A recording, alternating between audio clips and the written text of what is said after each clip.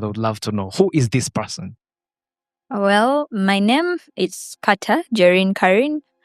I am currently working with Victoria University as the compliance officer. And I lead the young people of Luweero District in the District Youth Council as the Secretary for Finance. That means I also sit directly on the National Youth Council, and I work closely with the Ministry of Gender. Okay, so I'm well connected. You know someone who knows someone. I am also a lawyer, graduated from Victoria University. I served the same institution as Guild President. And briefly, that is it about me. Okay, so some young person, a girl, most especially from Luweero, is wondering, why is Jorine Karyn on this podcast? They would love to know. So one or two words for them so that they get to be inspired, kickstarting. Well, I think the brief profile I've given about myself is one of the reasons why I am here today. The host would be the most credible person to explain to the viewers why you chose me out of the very many people that are available. So she's a lawyer. She's engaged herself, utilized the maximum potential within her. She's done great to the Victoria universe. So she is really an anchor and an impact. When you look at her, you see leadership. When you look at her, you see community and service. You talked about in your introductory part about being the guild president of Victoria University. Did you start with being the guild president, or there are other where you served earlier prior the guild presidency? Prior the guild presidency, I went to primary school and to secondary school. For primary, I went to Buinja Primary School, and there I was a leader in church. What do they call that? Chaplain? Liturgy prefect. Okay. And when I went to China, actually I went to Wampewo Ntake Secondary School for 2 years, senior 1 and senior 2, and there I led as the information prefect. When I went to Chinawa High School, I became the class counselor from senior 3 to senior 6. I also contested for speakership there. Wow. And I lost that election.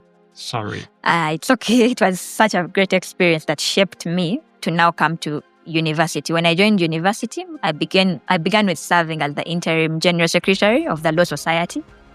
And thereafter, I was appointed the prime minister of the university guild, and that convicted me to run for guild president. Okay, so everywhere I see leadership. I see leadership.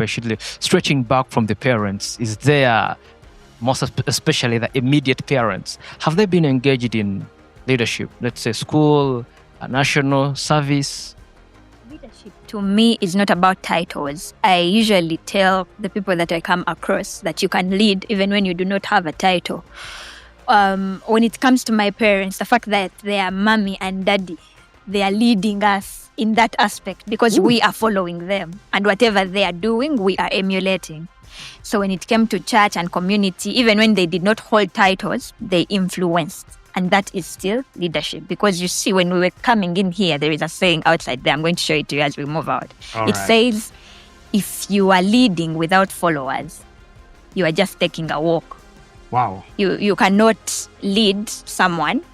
You cannot lead anything when you do not have people following you. Otherwise, if you're just taking a walk, because who is following you? So to be a leader, you need to have followers. And in any case whatsoever, if you have someone following you, you are leading. Let it be your niece, your nephew, your son, daughter, your classmates, whatever it is. If you have anyone following you, you are leading. And my parents are leaders in that aspect. They are not holding any position, no titles. They're just doing their jobs and probably influencing. Which is very great. So as the representative of the rural youth on the national cake, so do you get to have one of those moments where you feel you are a little bit disappointed, because disappointment sometimes comes as where you have so much expectations and the expectations are not met from the youth. You're lobbying good things for them, but then they disappoint you. Have you met those moments in your life? It's not just at Luer, it goes everywhere where you are leading. I think at a certain point, even in our own families, our parents get disappointed by what we do when they expect us to do contrary. But in my experience throughout my leadership journey, I have faced many disappointments, first with the young people themselves, because I have dealt directly with them, and that comes to civic education. So most of us as young people do not want to participate into civic education or getting to know what policies are being made, how are they being implemented. We think this is just an abstract. Yet, in fact, this we need to be part of the formulation of certain things, and our voices need to be heard. Now, the fact that we do not want to speak up most of the times, thinking no one is hearing, is a very big challenge. And that is what we as young people need to work on. And when it comes to implementation of policies, it is also a bit we are not yet there, because you see, there are many projects that the government brings up forthfront, and they are not implemented to the exact projection that the government tries to project. But when all that is there, we are here, we try and do our best, and maybe we leave the rest to God. And that is how life keeps on moving. Yeah, thank you very much. By the grace of God, everything aligns, of course. Yeah, you talked about being a lawyer, being all of that things. I believe some things start with passion. So what inspired you to pursue law? Because there are very many other things. I mean, you could choose to be a border rider, who knows? Actually, you'd get more money. They'd be like, ooh, I would love that light-skinned woman to take me.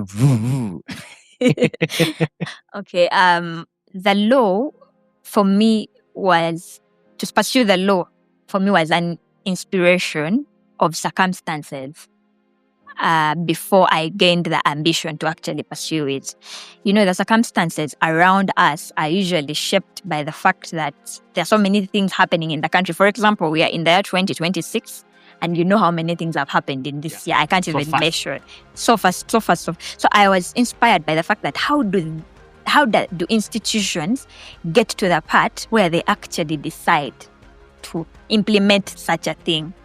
And so to me, the law was not just about going to the courtrooms.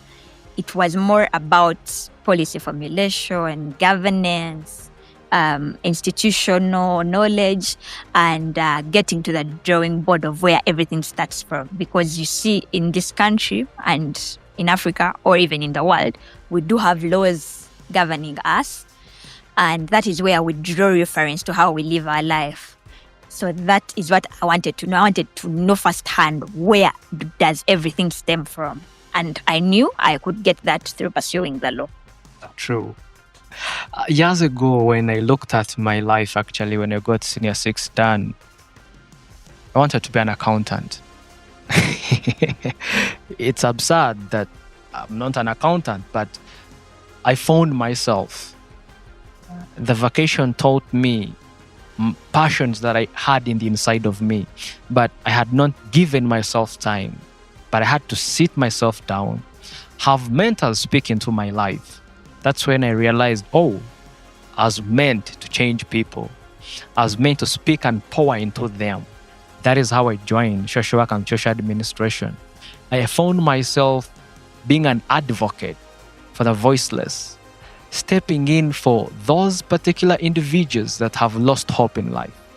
And I decided, this is the time. This is the time.